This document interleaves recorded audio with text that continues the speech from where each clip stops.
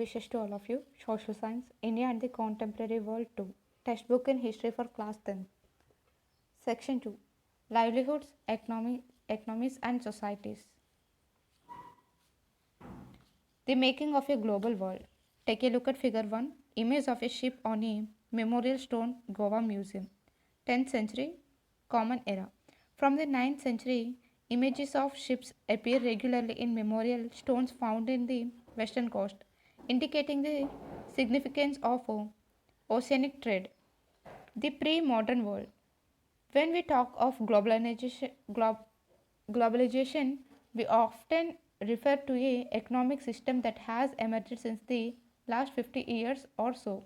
But as you will see in this chapter, the making of the global world has a long history of trade, of migration, of people in search of work, the movement of capital, and much else. As we think about the dramatic and visible signs of global interconnectedness in our lives today, we need to understand the pace through which this world in which we live has emerged. Although history, human societies have become steadily more interlinked. From ancient times, travelers, traders, priests, and pilgrims traveled vast distances for knowledge, opportunity, and spiritual fulfillment or to escape persecution. They carried goods, money, values, skills, ideas, invention, and even germs and diseases. As early as 3000 before Common Era, an active coastal trade linked the Indus Valley civilization with present-day West Asia. For more than a millennia, cowries, the Hindi cowrie or seashells, used as a form of currency, from the Maldives found their way to China and East Africa. The long-distance spread of disease-carrying germs may be traced as far back as the 7th century. By the 13th century, it had become an unmistakable link. Silk roads link the world. Take a look at figure 2. Silk road trade as depicted in a Chinese cave painting, 8th century cave 217, Moghia Grotis, Ganes, China. The Silk roads are a good example of vibrant pre-modern trade and cultural links between distant parts of the world. The name Silk Roads points to the importance of west boundaries Chinese silk carriages along this route. Historians have identified several Silk Roads over land and by sea, knitting together a vast region of Asia and linking Asia with Europe and Northern Africa. They are known to have existed since before the Christian era and thrived almost till the 15th century. But Chinese pottery also travelled this same route, as did textiles and spices from India and Southern Asia. In return, precious metals, gold and silver, flowed from Europe to Asia. Trade and cultural exchange always went hand in hand. Early Christian missionaries almost certainly travelled this route to Asia, as did early Muslim preachers a few centuries later. Much before all this, Buddhists emerged from eastern India and spread in several directions through interesting points on the Silk Roads. Food travelers, spaghetti and potato. Take a look at figure 3. Merchants from Venice and the Orient exchanging goods from Marco Polo, Book of Marvels, 15th century. Food offers many examples of long distance cultural exchange. Traders and travelers introduced new crops to the land they travel. Even ready foodstuff in distant parts of the world might share common origins. Take spaghetti and noodles. It is believed that noodles traveled west from China to become spaghetti, or perhaps Arab traders took pasta to 5th century Sicily, an island now in Italy. Similar foods were also known in India and Japan, so the truth about their origins may never be known. Yet such guesswork suggests the possibilities of long distance cultural contact even in the pre-modern world. Many of our common foods such as potatoes, soya, groundnuts, maize, tomatoes, chilies, sweet potatoes, and so on were not known to our ancestors until about 5 centuries ago. These foods were only introduced in Europe and Asia after Christopher Columbus accidentally discovered the vast continent that would later become known as the Americas. Here we will use America to describe North America, South America, and the Caribbean. In fact, many of our common foods came from America's origins inhabitants, the American Indians. Sometimes the new crops could make the difference between life and death. Europe's poor began to eat better and live longer with the introduction of the humble potato. Ireland's poorest peasant became so dependent on potatoes that when disease destroyed the potato crop in the mid 1840s, hundreds of thousands died of starvation. Take a look at figure 4. The Irish potato famine, Illustrated London News, 1849. Hungry children digging for potatoes in a field that has already been harvested, hoping to discover some leftovers. During the Great Irish Potato Famine, 1845 to 1849, around 1,000,000 people died of starvation in Ireland, and double the number emigrated in search of work. Conquest, disease, and trade. The pre-modern world shrank greatly in the 16th century after European sailors found a sea route to Asia and also successfully crossed the Western Ocean to America.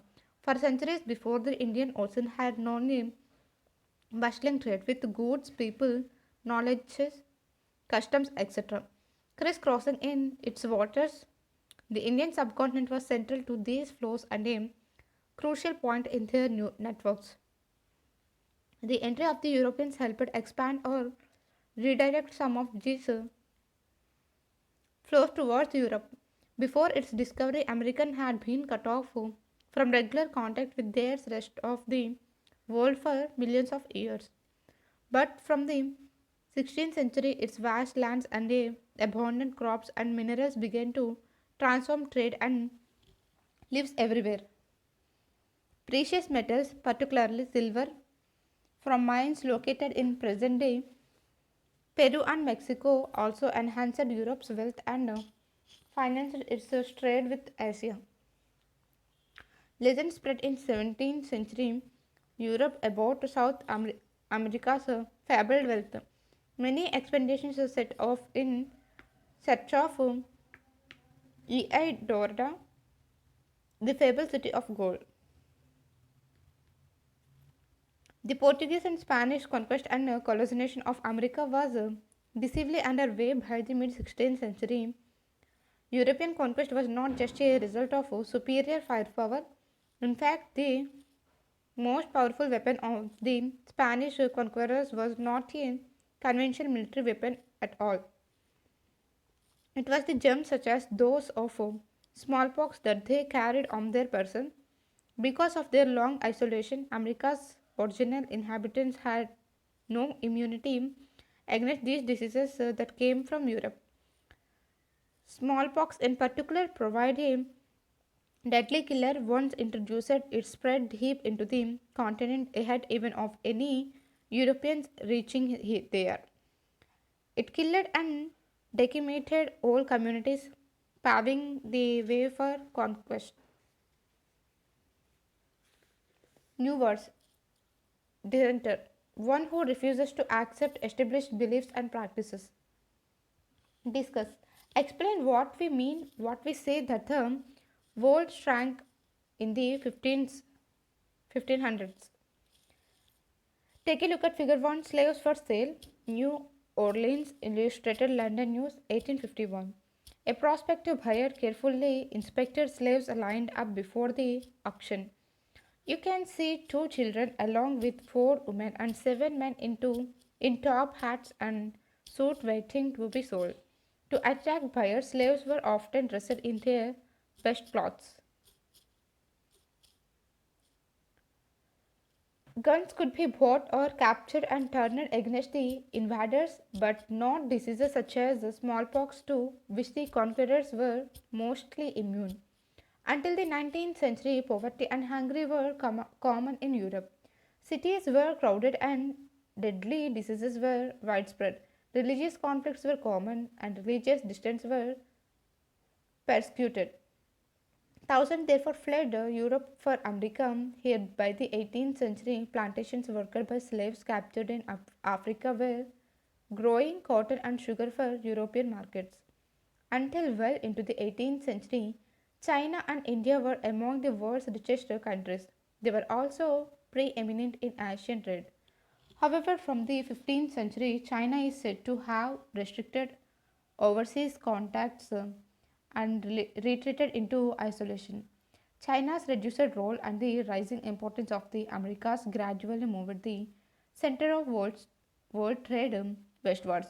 European now emerged as the center of world trade. To the 19th century, 1815 1914. The world changes profoundly in the 19th century. Economic, political, social, cultural, and technological factors interacted in complex ways to transform societies and reshape external relations.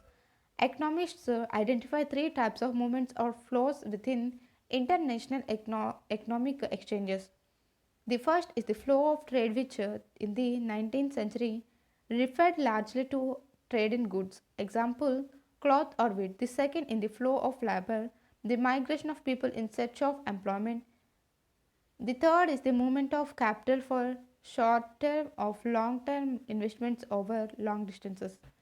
All three flows were closely interwoven and affected people's lives more deeply now than even before.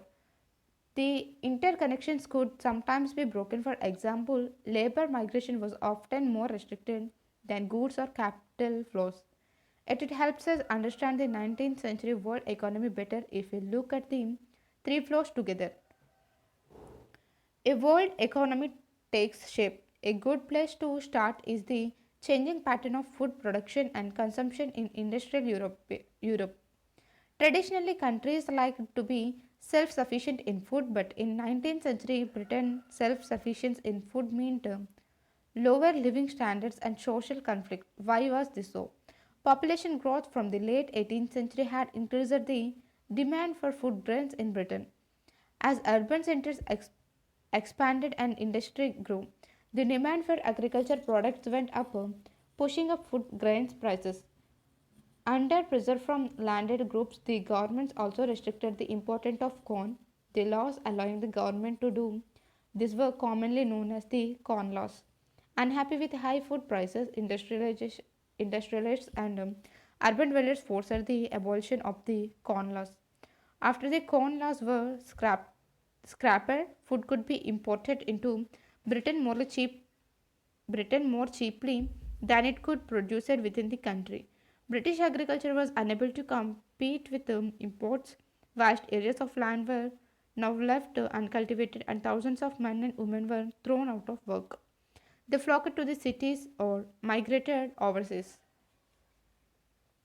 As food prices fell, consumption in Britain rose. From the mid 19th century, faster industrial growth in Britain also led to higher incomes and therefore more food imports.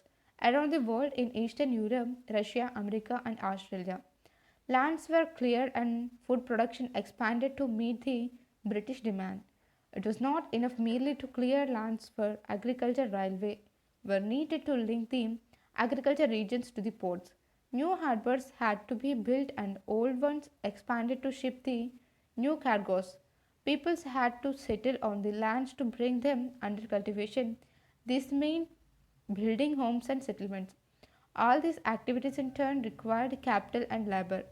Capital flowed from financial centers such as London. The demand for labor in places where labor was in short supply, as in America and Australia, led to more migration. Nearly 50 million people emigrated from Europe to America and Australia in the 19th century. All over the world, some 150 million are estimated to have left their homes, crossed oceans, and vast distances over land in search of a better future. Take a look at figure 6, emigrant ship leaving for the US by M.W. Radley, 1869. Take a look at figure 7, Irish emigrants waiting to board the ship by Michael Fitzgerald, 1874.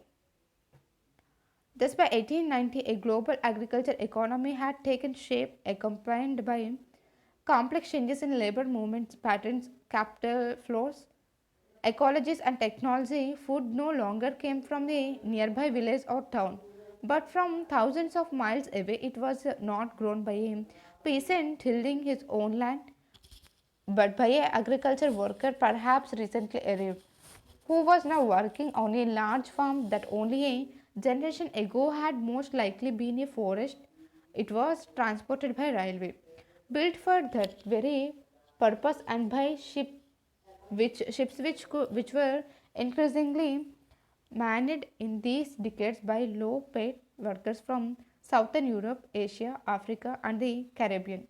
Activity: prepare a flow chart to show now Britain's disgust to import food led to increased migration to American and Australia. Activity: imagine that you are an agriculture worker who has arrived in America from Ireland. Write a paragraph on why you choose to come and how you are earning your living. Some of this dramatic change, though on a smaller scale, occurred closer home in West Punjab. Here, the British India government built a network of irrigation canals to transform semi desert wastes into fertile agriculture lands that could grow wheat and cotton for export. The canal colonies, as the areas irrigated by the new canals were called, were settled by peasants from other parts of Punjab. Of course, food is merely an example. A similar story can be told for cotton, the cultivation of which expanded worldwide to feed British textile mills, or rubber, indeed. Indeed, so rapidly did regional specification in the production of commodities develop that between 1820s and 1914, world trade is estimated to have multiplied 25 to 40 times. Nearly 60% of this trade comprised primary products, that is, agriculture products such as wheat and cotton, and minerals such as coal. Role of technology. What was the role of technology in all this? The railways, steamships, the telegraph, for example, were important inventions without which we cannot imagine the transformed 19th century world. But technology advances were often the result of larger social, political, and economic factors. For example, colonization stimulated new investments and improvements in transport, fostered railways, lighter vehicles, and larger ships helped move food more cheaply and quickly from faraway farms to final markets. Take a look at figure 8. The Smithfield Club Cattle Show, Illustrated London News, 1851. Cattle were traded at fairs brought by farmers for sale. One of the oldest livestock markets in London was at Smithfield in the mid 19th century. A huge poultry and meat markets were establishing near the railway line, connecting Smithfield to all the meat supplying centers of the country. Take a look at figure 9, meat being loaded onto the ship Alexander, Illustrated London News, 1878. Export of meat was possible only after ships were refrigerated. The trade in meat offers a good example of this connected process. Till the 1870s, animals were shipped live from America to Europe and then slaughtered when they arrived there. But live animals took up a lot of ship space. Many also died in voyage, fell ill, lost weight, or became unfit to eat. Meat was hence an expensive luxury beyond the reach of the European poor. High prices in turn kept demand and production down until the development of new technology, namely refrigerated ships, which enabled the transport of perishable foods over long distances. Now, animals were slaughtered for food at the starting point in America, Australia, or New Zealand, and then transported to Europe as frozen meat. This reduced shipping costs and lowered meat prices in Europe. The poor in Europe could now consume a more varied diet. To the earlier monotony of bread and potatoes, many thought not all could now add meat and butter and eggs to their diet. Better living conditions promoted social peace within the country and support for imperialism abroad. Late 19th century colonialism. Trade flourished and markets expanded in the late 19th century, but this was not only a period of expanding trade and increased prosperity. It is important to realize that there was a darker side to this process. In many parts of the world, the expansion of trade and a closer relationship with the world economy also meant a loss of freedoms and livelihoods. Late 19th century European conquest produced many painful economic, social, and ecological changes through which the colonized societies were brought into the world economy. Look at map of Africa, figure 10. You will see some countries' border run shreds as if they were drawn using a ruler. Well, in fact, this was almost how rival European powers in Africa drew up the borders, demarcating their respective territories. In 1885, the big European force met in Berlin to complete the carving up of Africa between them. Take a look at figure 10 map of colonial Africa at the end of the 19th century. Britain and France made vast additions to their overseas territories in the late 19th century. Belgium and Germany became new colonial powers. The US also became a colonial power in the late 1890s by taking over some colonies earlier held by Spain. Let us look at one example of the destructive impact of colonialism on the economy and livelihoods of colonized people. Box 2. Sir Henry Morton Stanley in Central Africa. Take a look at figure 11. Sir Henry Morton Stanley and his retinue in Central Africa, illustrated London News, 1871. Stanley was a journalist and explorer sent by the New York Herald to Livingstone, and a missionary and explorer who had been in Africa for several years. Like other European and American explorers of the time, Stanley went with arms, mobilized local hunters, warriors, and laborers to help him, fought with local tribes, investigated African terrains, and mapped different regions. These explorations helped the conquest of Africa.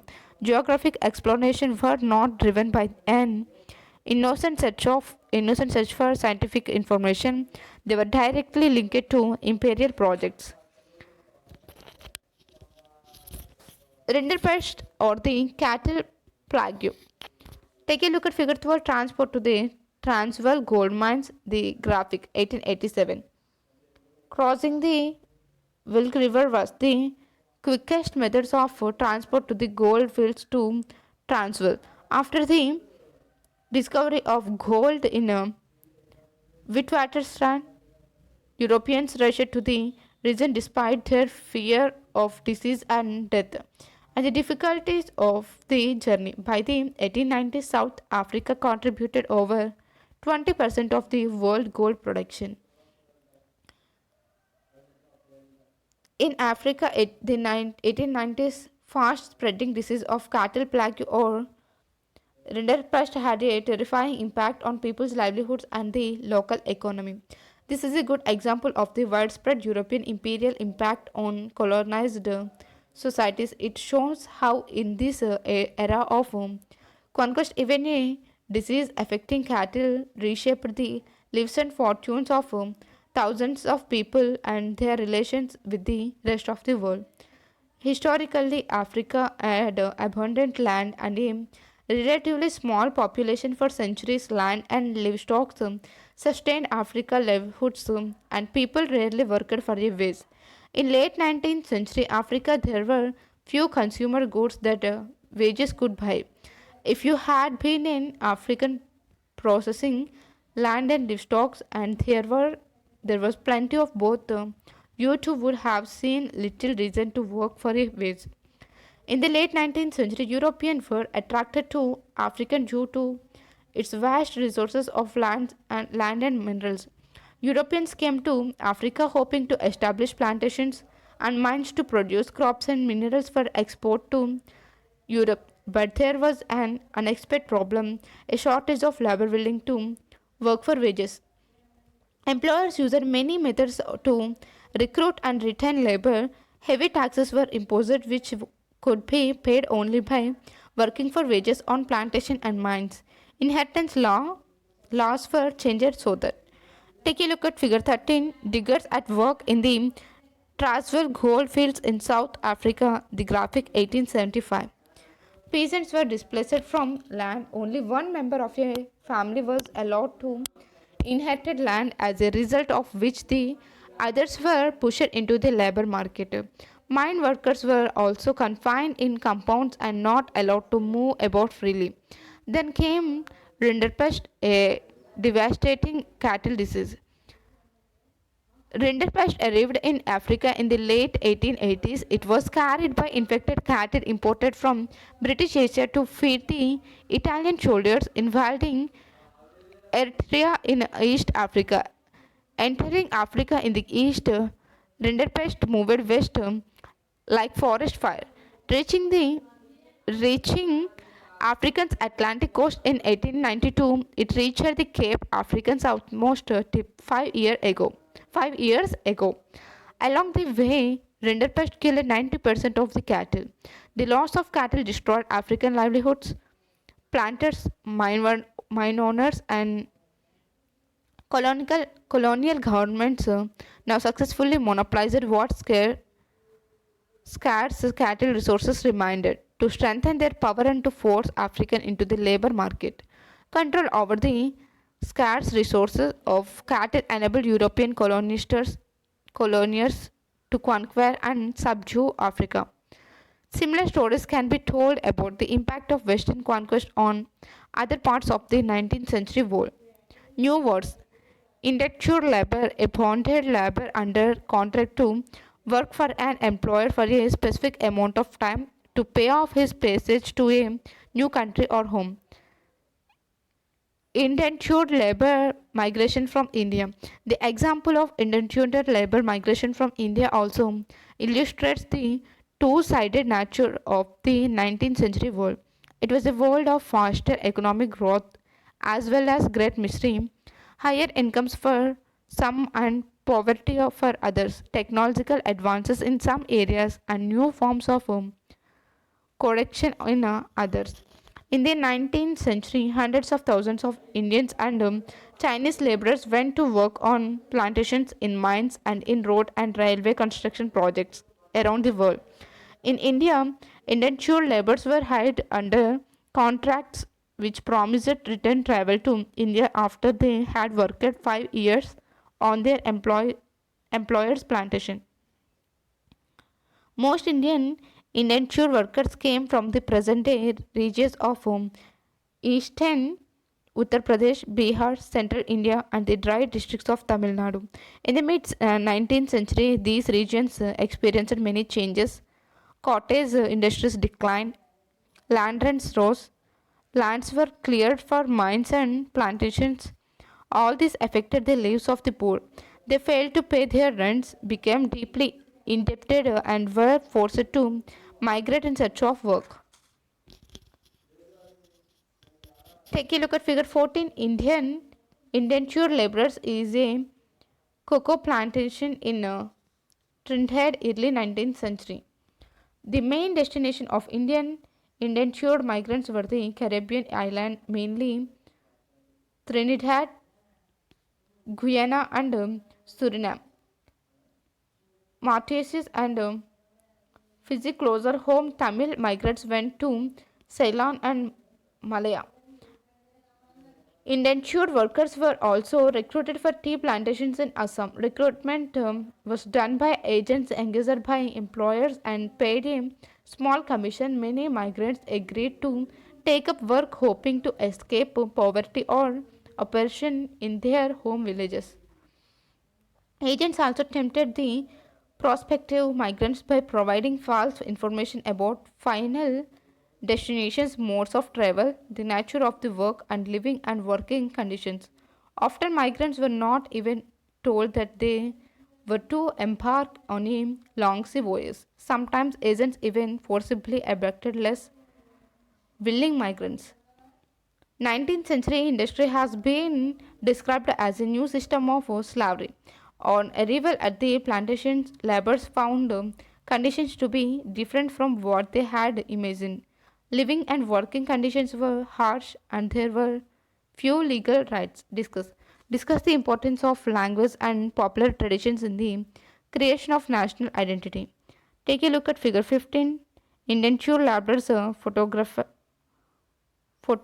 for identification. For the employees, the numbers and not the names mattered.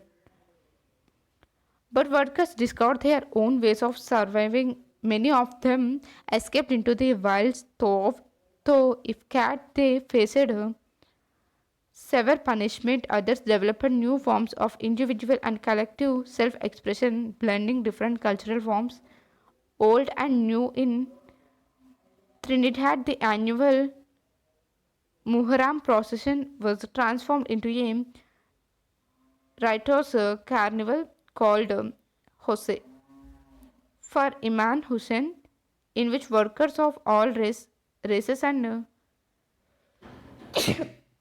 religions joined. Similarly, the protest religion of Rastafarianism, made famous by the Jamaican reggae star Bob Marley, is also said to reflect social and cultural links with Indians migrants to the Caribbean. Chutney music, popular in Trinidad and Guyana, is another creative contemporary expression of the post indenture experience. These forms of cultural fusion are part of the making of the global world where things from different places get mixed, lose their lost their original characteristics and become something entirely new. Most indentured workers stayed on after their contracts ended or returned to their new homes after a sport spell in India. Consequently, there are large communities of people of India descent in these countries. Have you heard of the Nobel Prize winning writer V.S. Naipaul? Some of you may have followed the exploits of West Indies cricketers Shivrain Chandrapal and Ram Naresh Sarwan.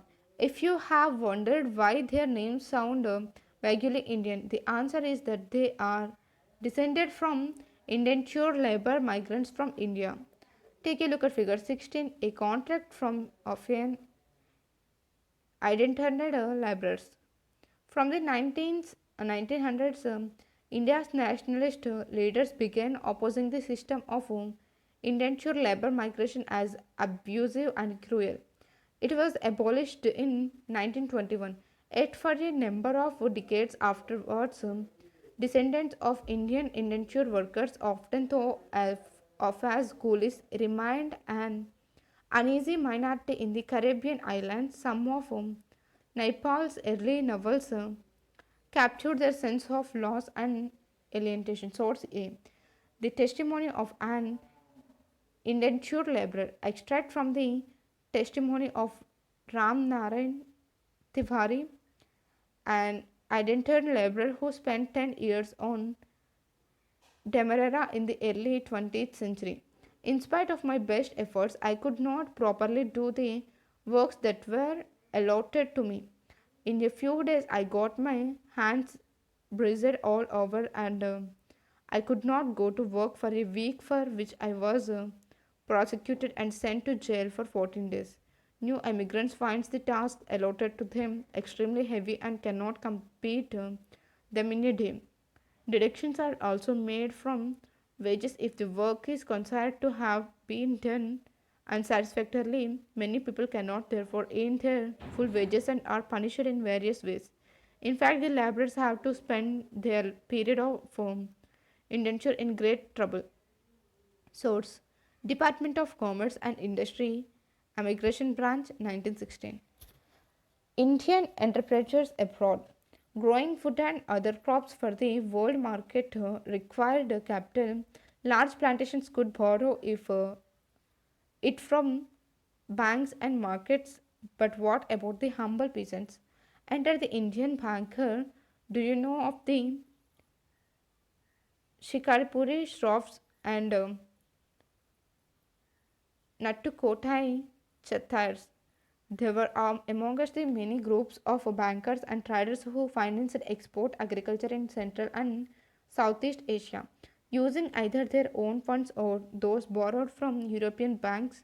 They had a sophisticated system to transfer money over large distance and even developed indigenous forms of corporate organization. Indian traders and money lenders also followed European colonizers into Africa. Hyderabadi Sindhi traders, however, ventured beyond European colonies. From the 1860s, they established flourishing emporia at busy ports worldwide, selling local and imported curios to tourists whose numbers were beginning to swell thanks to the development of safe and comfortable passenger vessels. Indian trade, colonialism, and the global system. Historically, fine cottons produced in India were exported to Europe. With industrialization, British cotton manufacture began to expand and industrial pressured the government to restrict cotton imports and protect local industries. Tariffs were imposed on cloth imports into Britain. Consequently, the inflow of fine Indian cotton began to decline. From the early 19th century, British manufacturers also began to seek overseas markets for their cloth. Excluded from the British market by traffic barriers, Indian textiles now faces stiff competition in other international markets. If we look at the figure of exports from India, we see a steady decline of the share of cotton textiles from some 30% around 1800 to 15% by 1815. By the 1870s, the proportion had dropped to below 3%. Take a look at figure 17, East India Company House, London. This was the nerve center of the worldwide operations of the East India Company. Take a look at figure 18, a distant views of Surat and its river.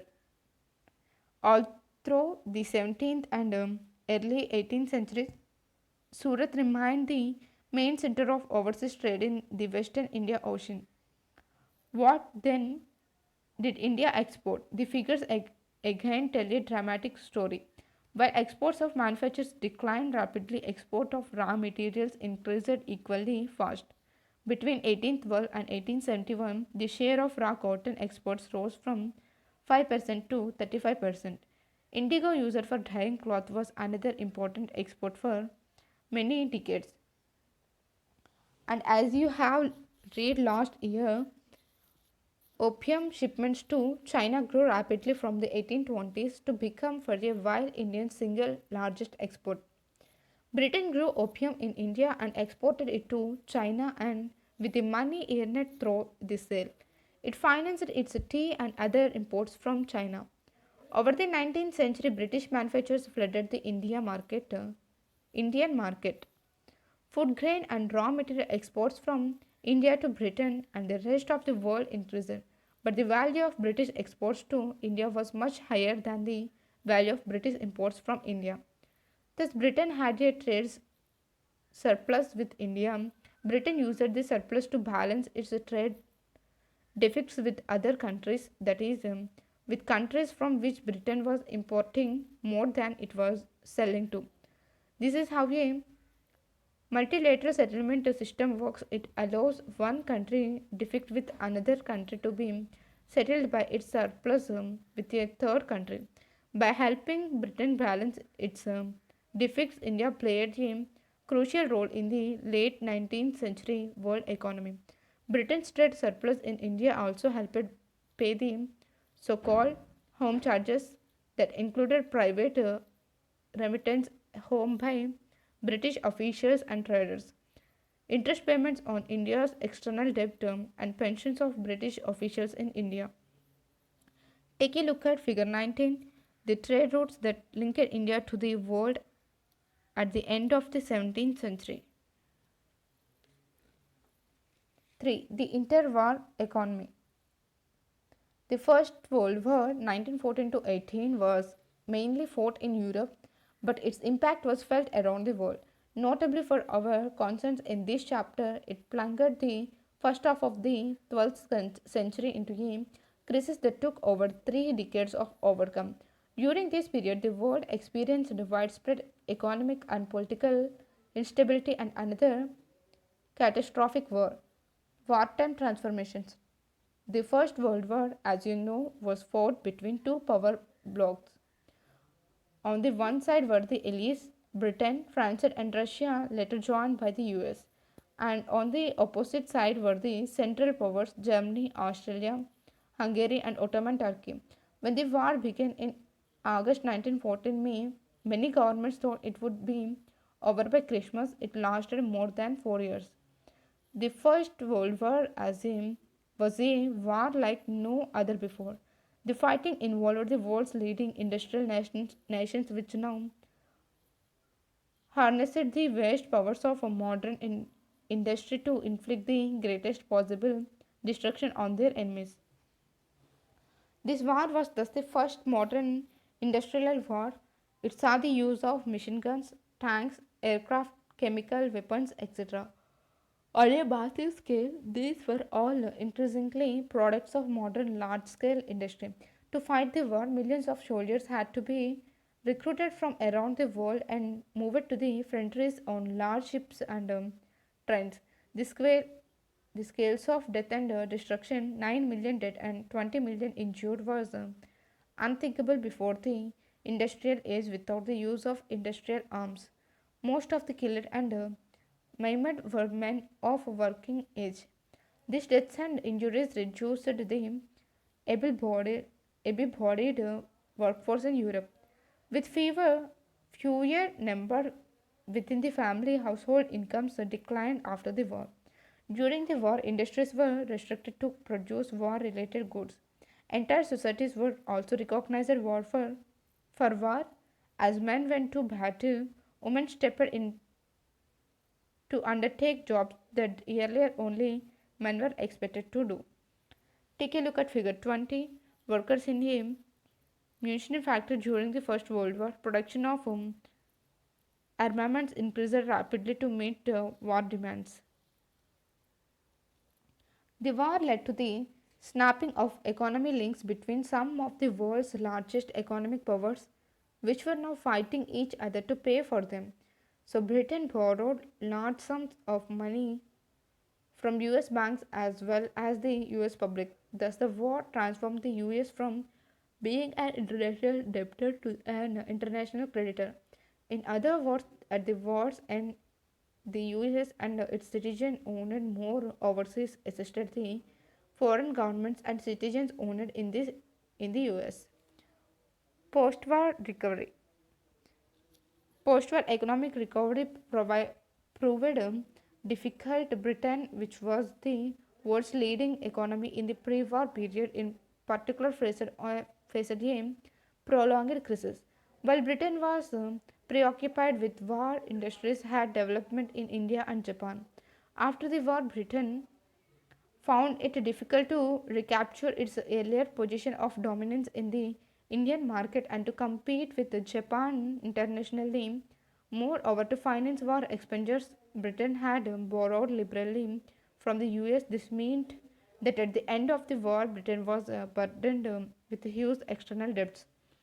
The war had led to an economic boom, that is, to a large increase in demand, production, and employment. When the war boom ended, production contracted and unemployment increased. At the same time, the government reduced bloated war expenditures was to bring them into line with peacetime revenues. These developments led to huge jobless. In 1921, one in every 5 British workers was out of work. Indeed, anxiety and uncertainty about work became an enduring part of the post war scenario. Many agriculture economies were also in crisis. Consider the case of wheat producers. Before the war, Eastern Europe was a major supplier of wheat in the world market. When the supply was disrupted during the war, wheat production in Canada, America, and Australia expanded dramatically, but once the war was over, production in Eastern Europe revived and created a glut in wheat output. Grain prices, grain prices fell. Rural income declined and farmers fell deeper into debt. Rise of mass production and consumption. In the US, recovery was quicker. We have already seen how the war helped boost the US economy. After a short period of economic trouble in the years after the war, the US economy resumed its strong growth in the early 1920s. Take a look at figure 21. T model automobiles lined up outside the factory.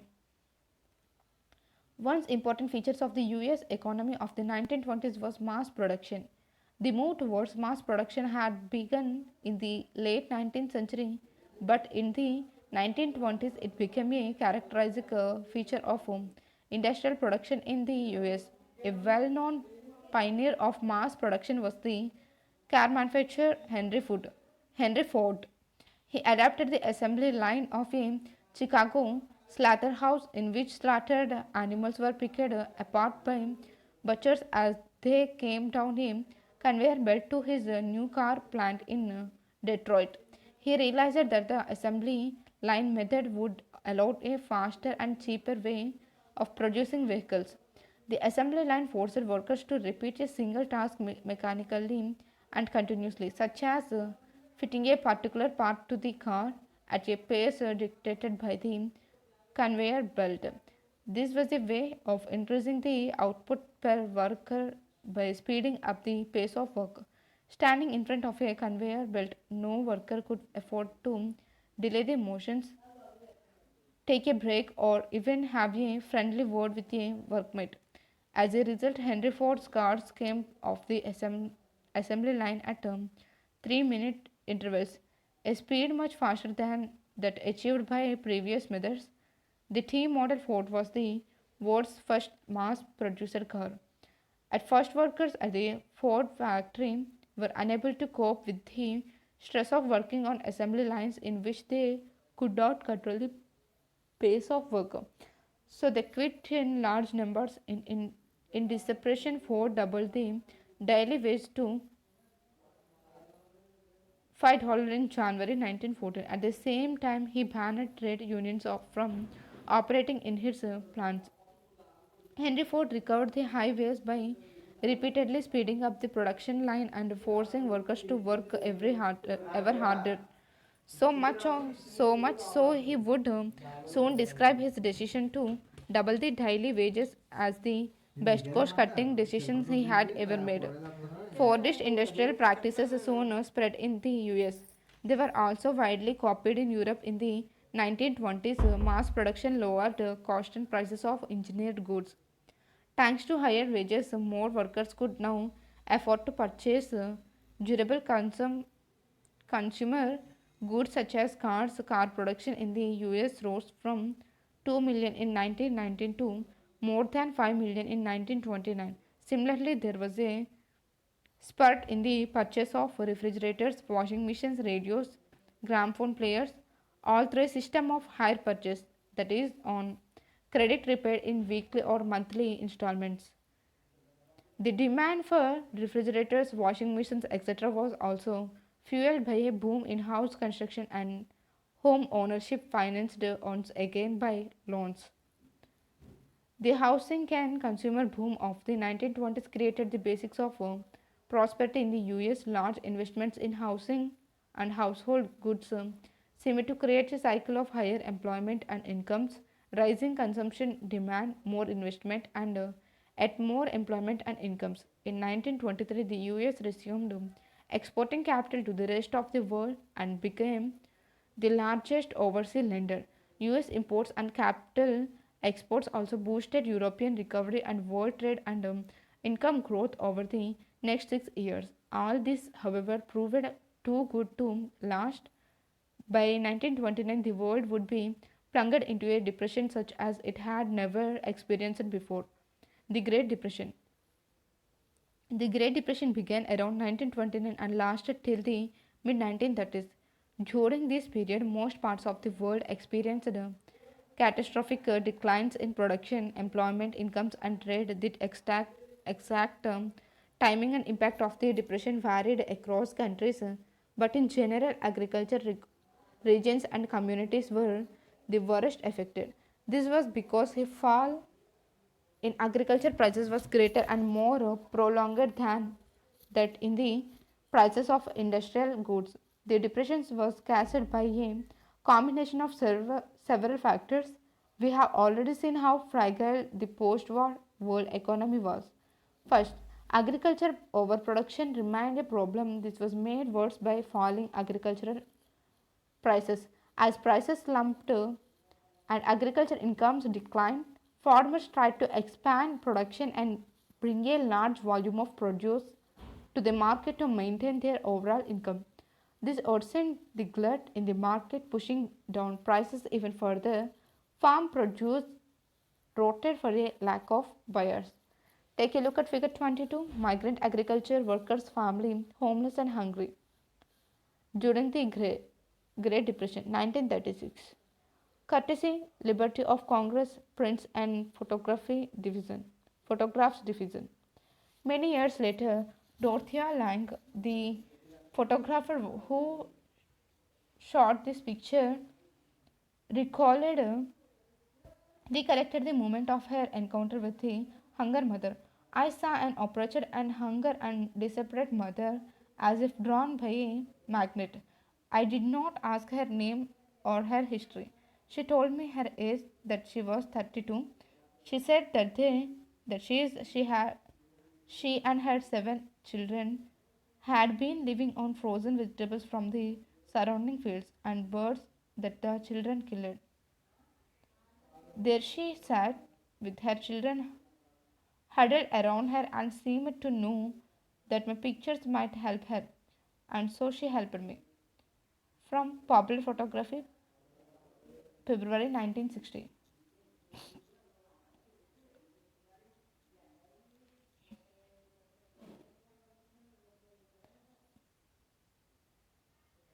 Second, in the mid 1920s, many countries financed their investment through loans from the US, while it was often extremely easy to raise loans in the US when the going was good. US overseas lenders panicked at the first sign of trouble. In the first half of 1928, US overs- overseas loans amounted to over $1 billion. A year later, it was one quarter of that amount. Countries that depended crucially on US loans now face an acute crisis. The withdrawal of US loan affected much of the rest of the world. Though in different ways, in Europe it led to the failure of some major banks and the collapse of currencies such as the British pound sterling. In Latin America and elsewhere, it intensified the slump in agricultural and raw material prices. The US attempted to protect its economy in the depression by doubling import duties, also dealt under severe blow to world trade. Take a look at figure 23, people lining up for unemployment benefits, US photography by Dorothea Lange, 1938. Courtesy Library of Congress, Prints and Photographs Division. When an unemployment census showed 10 million people out of work, the local government in many US states began making small allowances to the unemployment. These long queues came to symbolize the poverty and unemployment of the depression years. The US was also the industrial country most severely affected by the depression. With the fall in prices and the prospect of a depression, US banks had also slashed domestic lending and called back loans. Farms could not sell their harvests, households were ruined, and business collapsed facing falling incomes. Many households in the US could not repay what they had borrowed and were forced to give up their homes, cars, and other consumer durables, the consummate prosperity of the 1920s now disappeared in a puff of dust. As unemployment soared, people trucked long distance looking for any work that they could find. Ultimately, the US banking system itself collapsed, unable to recover investments, collect loans, and repay depositors. Thousands of banks went bankrupt and were forced to close. The numbers are phenomenal. By 1933, over 4,000 banks had closed, and between 1929 and 1932, about 110,000 companies had collapsed. By 1935, a modest economic recovery was underway in most industrial countries, but the Great Depression's wider effects on society, politics, and international relations and on people's minds proved more enduring. India and the Great Depression. If we look at the impact of the Depression on India, we realize how integrated the global economy had become by the early 12th century. The tremors of a crisis in one part of the world are quickly relayed and relayed to other parts, affecting lives, economies, and societies worldwide. In the 19th century, as you have seen, colonial India had become an exporter of agricultural goods and importer of manufactures. The depression immediately affected Indian trade. India's exports and imports nearly halved between 1928 and 1934. And international prices crashed. Prices in India also plunged. Between 1928 and 1934, wheat prices in India fell by 50%. Peasant and farmers suffered more than urban dwellers. Though agriculture prices fell sharply, the colonial government refused to reduce revenue demands. Peasants producing for the world market were the worst hit. Consider the jute production of Bengal. They grew raw jute that was processed in factories for export in the form of gunny bags. But as gunny exports collapsed, the price of raw jute crashed more than 60%. Peasants who borrowed in the hope of better times or to increase output in the hope of higher incomes faced ever lower prices and fell deeper and deeper into debt. Thus, the Bengal jute growers lament. Grow more jute, brothers, with the hope of greater crash. Cost and depths of jute will make your hopes get dashed. When you have spent all your money and got the crop off the ground, traders sitting at home will pay only Rs5 a month. Across India's peasants' indebtedness increased. They used up their savings, mortgaged lands, and sold whatever jewelry and precious metals they had to meet their expenses. In these depression years, India became an exporter of precious metals, notably gold. The famous economist John Maynard Keynes thought that Indian gold exports promoted global economic recovery. They certainly helped speed up Britain's recovery, but did little for the Indian peasant. Rural India was thus seething with unrest when Mahatma Gandhi launched the civil disobedience movement at the height of the depression in 1931. The depression proved less grim for urban India because of falling prices. Those with fixed incomes sat on dwelling landlords who received rents and middle class salaries employees now found themselves better off. Everything cost less. Industrial investment also grew as the government extended traffic protection to industries under the pressure of nationalist opinion. Discuss who profits from jute cultivation according to the jute growers. Lament explain. Rebuilding a world economy, the post war era. Take a look at 24. German forces attack Russia. July 1941, Hitler's attempt to invade Russia was a turning point in the world. The Second World War broke out a mere 2 decades after the end of the First World War. It was fought between the Axis powers mainly Nazi Germany, Japan, and Italy, and the allies Britain, France, the Soviet Union, and the US. It was a war waged for 6 years on many fronts, in many places, over land, on sea, in the air. Once again, death and destruction was enormous. At least 60 million people, or about 3% of the world's 1939 population, are believed to have been killed, directly or indirectly. As a result of the war, millions more were injured. Unlike in earlier wars, most of these deaths took place outside the battlefields. Many more civilians than soldiers died from war related causes. Vast parts of Europe and Asia were devastated, and several cities were destroyed by aerial bombardment or relentless artillery attacks. The war caused an immense amount of economic devastation and social disruption. Reconstruction promised to be long and difficult. Take a look at figure 25. Stalingrad in Soviet Russia, devastated by the war. Two crucial influences shaped post-war reconstruction. The first was the US emergence as the dominant economic, political, and military power in the Western world. The second was the dominance of the Soviet Union. It had made huge sacrifices to defeat Nazi Germany and transformed itself from a backward agriculture country into a world power during the very years when the capitalist world was trapped in the Great Depression. Post war settlement and the Bretton Woods institutions, economists, and politicians drew two key lessons from interwar economic experience. First, an industrial society based on mass production cannot be sustained without mass consumption. But to ensure mass consumption, there was a need for high and stable incomes. Incomes could not be stable if employment was unstable.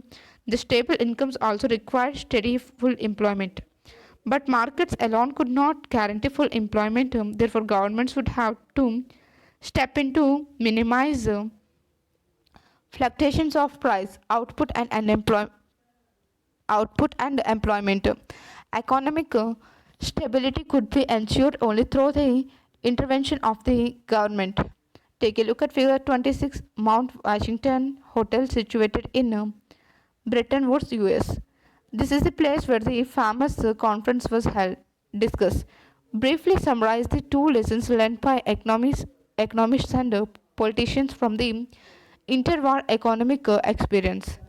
The second lesson related to a country's economic links with the out, outside world. The goal of full employment could only be achieved if governments had power to control flow of goods, capital, and labor.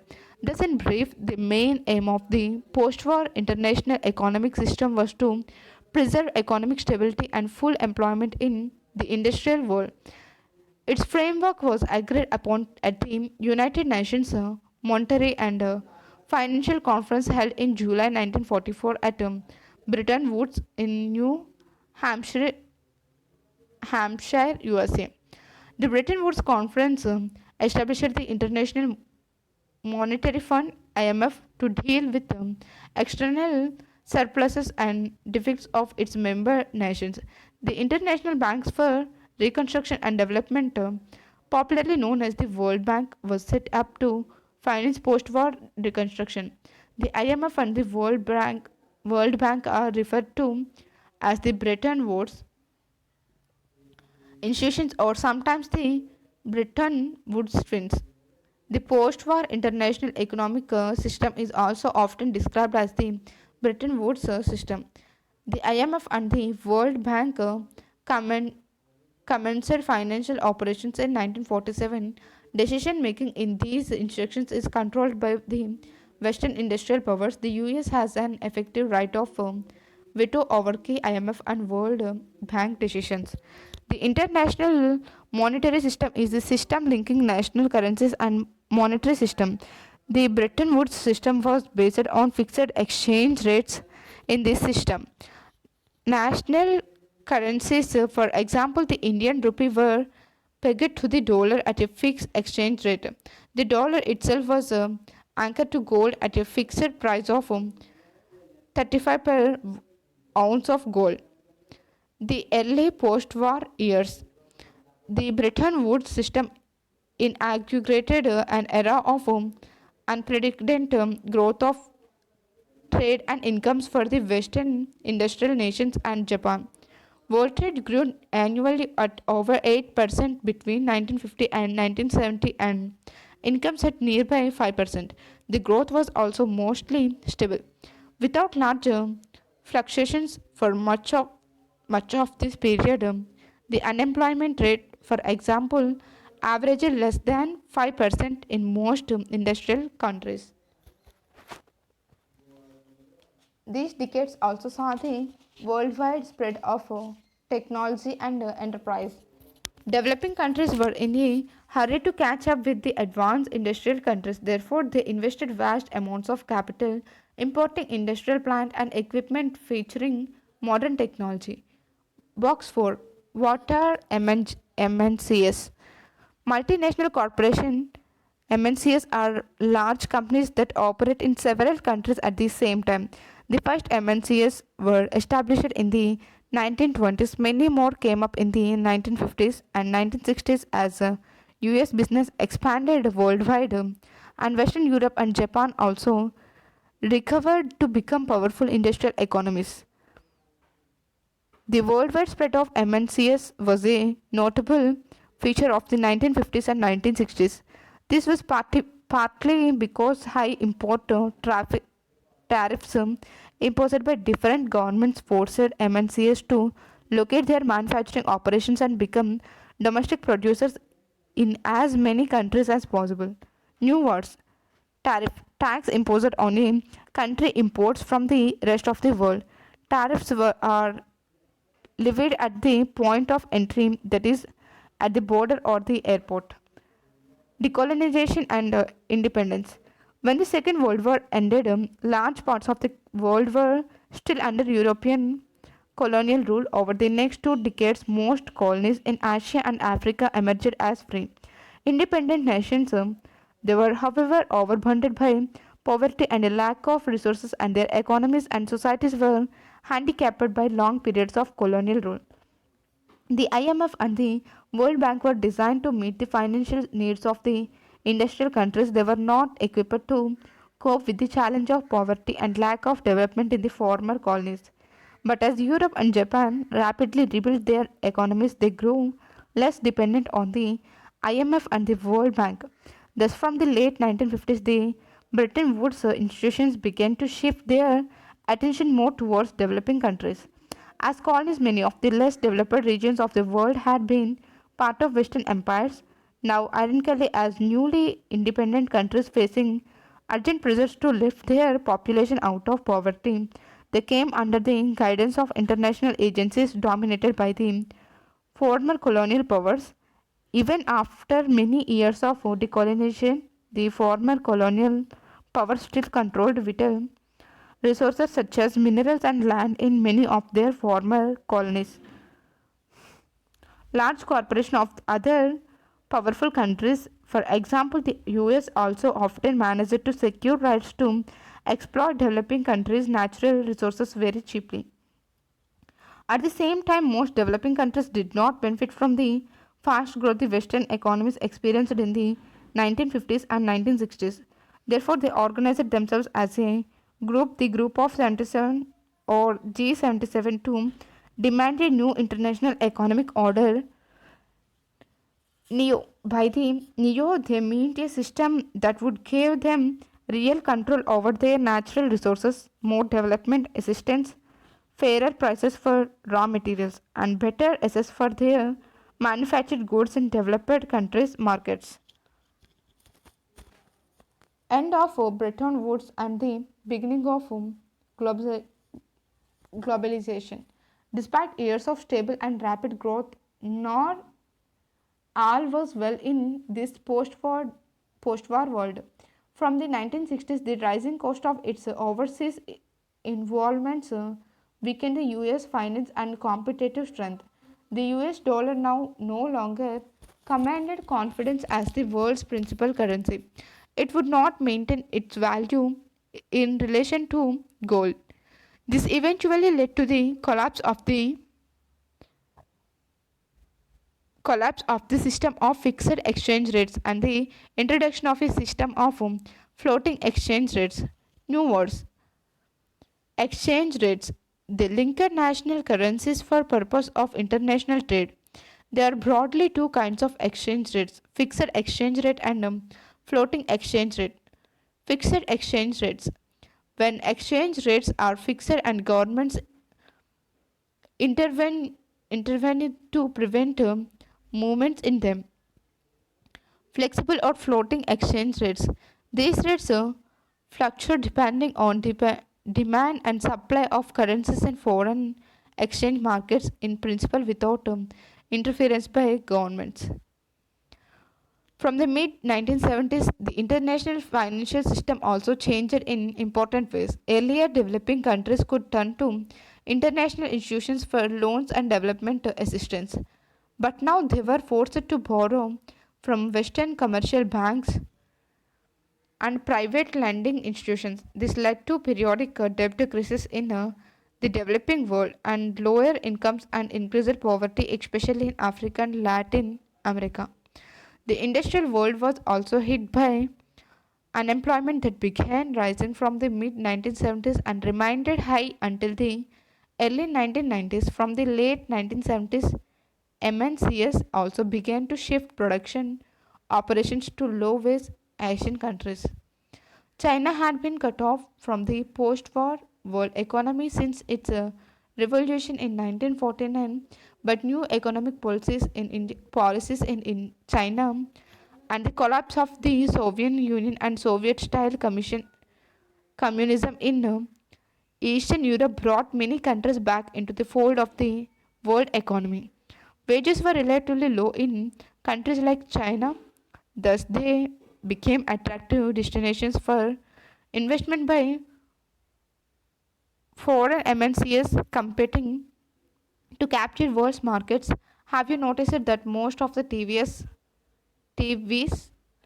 mobile phones, and toys we see in the shops seem to be made in China?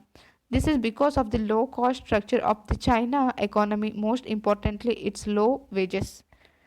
The, re, the, re- uh, the relocation of industry to low wage countries stimulated world trade and capital flows in the last 2 decades, and world's economic geography has been transformed as countries such as India, China, and Brazil have undergone rapid economic transformation.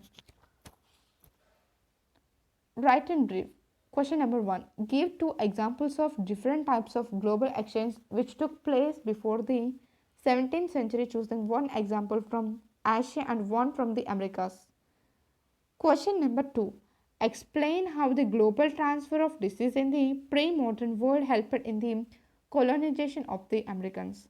Question number 3. Write a note to explain the effects of the following. A. The British government's decision to abolish the Corn Laws. B. The coming of rinderpest to Africa. C. The death of men of working age in Europe become because of the World War. D. The Great Depression on the Indian economy. The decision of MNCs to relocate production to Asian countries. Question number 4. Give 2 examples from history to show the impact of technology on food availability. Question number 5. What is meant by the Bretton Woods Agreement? Discuss. Question number 6. Imagine that you are an indentured Indian laborer in the Caribbean. Drawing from the details in this chapter, write a letter to your family describing your life and feelings. Explain the 3 types of movements or flows within international economic exchange. Find one example of each type of flow which involved India and Indians and write a short account of it. Question number 8. Explain the causes of the Great Depression. Question number 9. Explain what is referred to as the G77 countries. In what ways can G77 be seen as a reaction to the activities of the Bretton Woods twins. Project. Find out more about gold and diamond mining in South Africa in the 19th century. Who controlled the gold and diamond companies? Who were the miners and what were their lives like? Thank you.